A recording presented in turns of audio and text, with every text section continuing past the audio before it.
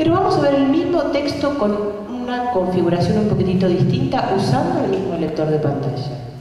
Conmutador de tareas lista. Documento accesible abrir, corchete modo.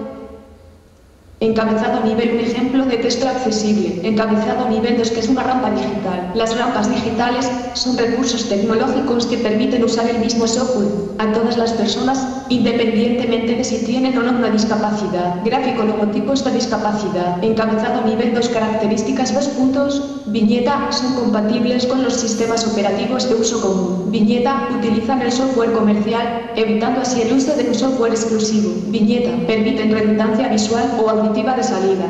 Encabezado nivel 2, sitios de interés 2 puntos. Encuentro de accesibilidad digital Colombia 2012 2 puntos. Enlace http www. No sé si notaron algunas pequeñas diferencias, ¿sí? Un texto estructurado de manera accesible trabaja con algunas pautas muy básicas, pero que hacen que, por ejemplo, para el lector de pantalla podamos ir más allá de una rampa digital, ¿sí? Nosotros generamos textos accesibles y entonces estamos colaborando con las rampas digitales. Vamos más allá. Esa es la idea de trabajar con accesibilidad en los contenidos. Algunas pautas básicas como para trabajar.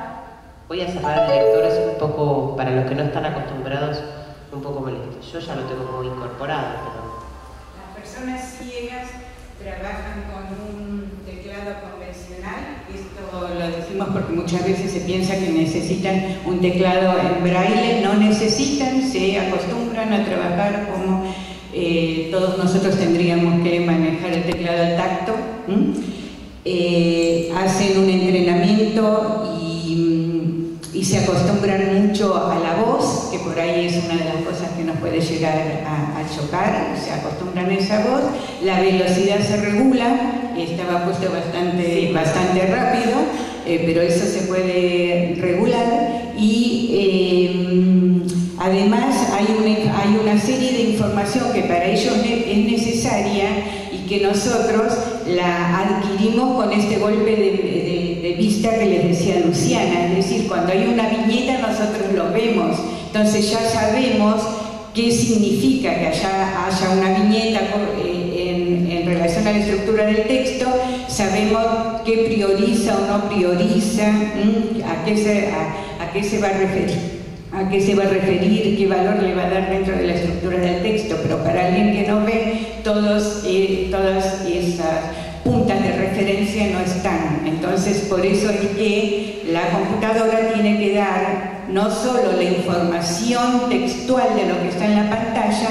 sino la información contextual de cómo se estructura ese texto. Por eso dice por ahí el programa con el que se está trabajando, el nombre del archivo y esto de viñeta, por ejemplo, si está subrayado o destacado de alguna manera. Entonces, ¿qué podemos hacer nosotros precisamente para favorecer esta accesibilidad? ¿Sí? Digamos, para no estacionar el auto frente a la rampa, porque Federico tiene su elemento técnico que es la computadora, tiene su rampa que es el lector de pantalla. Entonces nosotros no le estacionemos el auto frente a la rampa. Estacionar el auto frente a la rampa significa que produzcamos, que generemos productos que no sean accesibles. Entonces la idea es que veamos algunos elementos claves básicos para tener en cuenta cuando producimos contenidos, cuando producimos hacemos producciones con nuestros alumnos y que van a estar relacionadas fundamentalmente a los textos, a los archivos de video, a los gráficos y a los archivos de video. Bueno, aunque parezca muy básico, algunas pautas para tener en cuenta cuando uno genera un texto, ¿sí?, son utilizar fuentes con trazos definidos, ¿sí? No usemos un Times New Roman, por ejemplo, que tiene esas extremos porque dificultan la lectura. No estamos hablando solamente de gente ciega, estamos hablando de gente por ahí de baja visión o de gente con un retraso madurativo que le cuesta acceder a la escritura. Entonces, Arial o Verdana serían los tamaños que universalmente, pero hay otros, no son los únicos. Un tamaño 12 o 14, ¿sí? Utilizar estilos. Ahora vamos a ver de qué hablamos cuando hablamos de estilos. Un lenguaje claro, párrafos cortos, no usemos abreviaturas, no usemos modismos.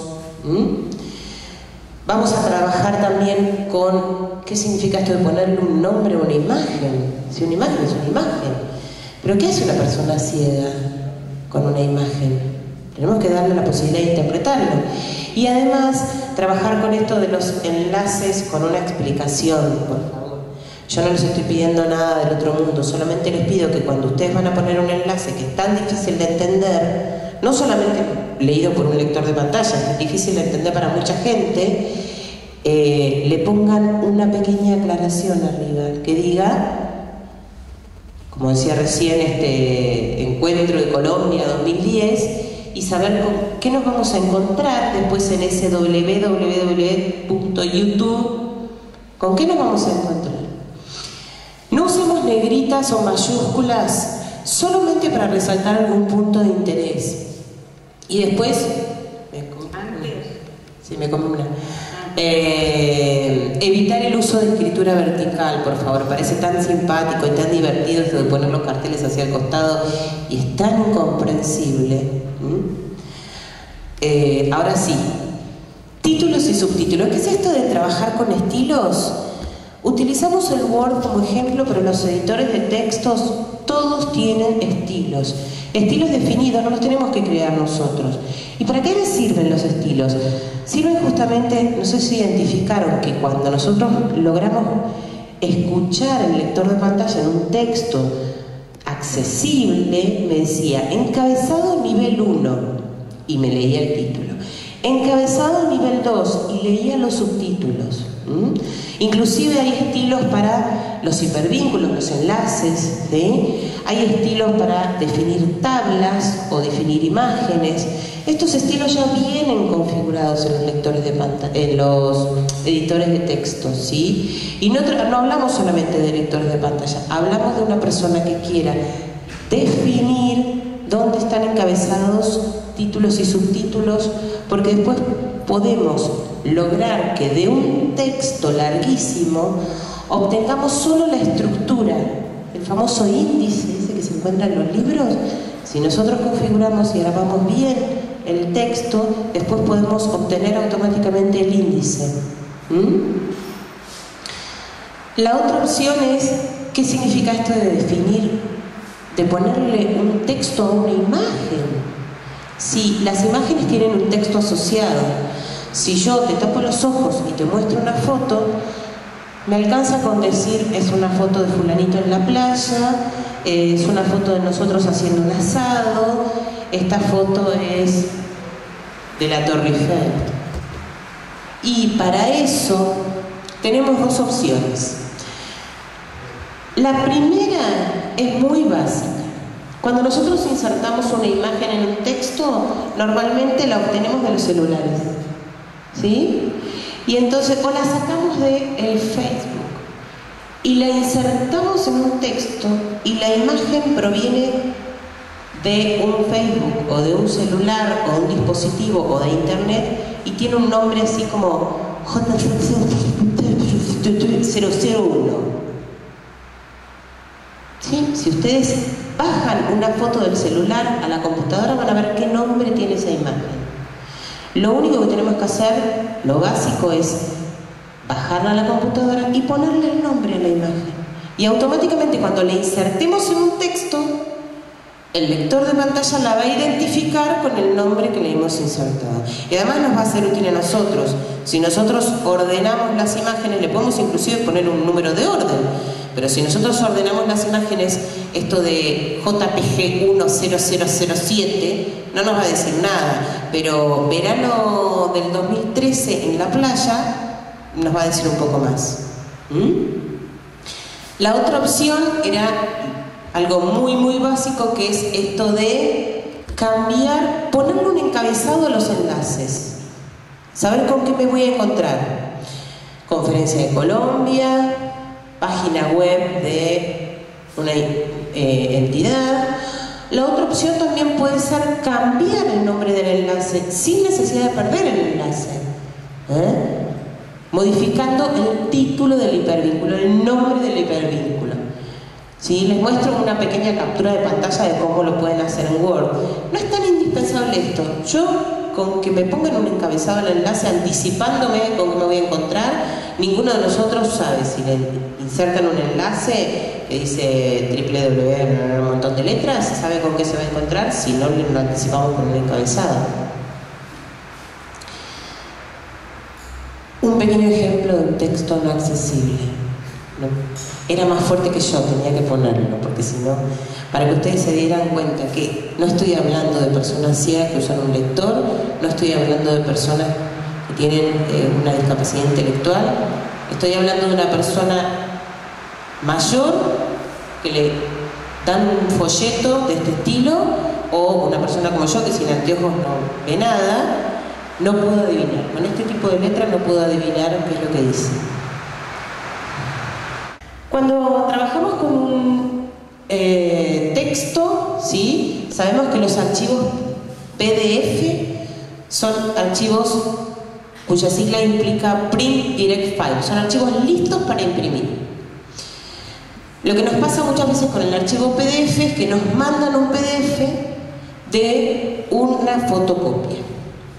Entonces tenemos que poder identificar que hay archivos PDF que son accesibles y otros que no son accesibles.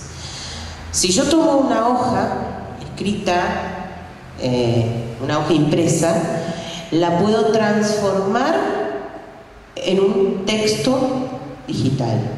La voy a digitalizar. Para eso existen millones de programas. Muchos inclusive vienen con los famosos escáneres, las multifunción. Traen un CD con, no uno, 2 o 3, para digitalizar. ¿Qué hacemos? Transferimos un montón de letras escritas en un texto a un editor de textos. Lo hicimos digital, pasamos de papel a la computadora. Entonces, ¿qué hacemos?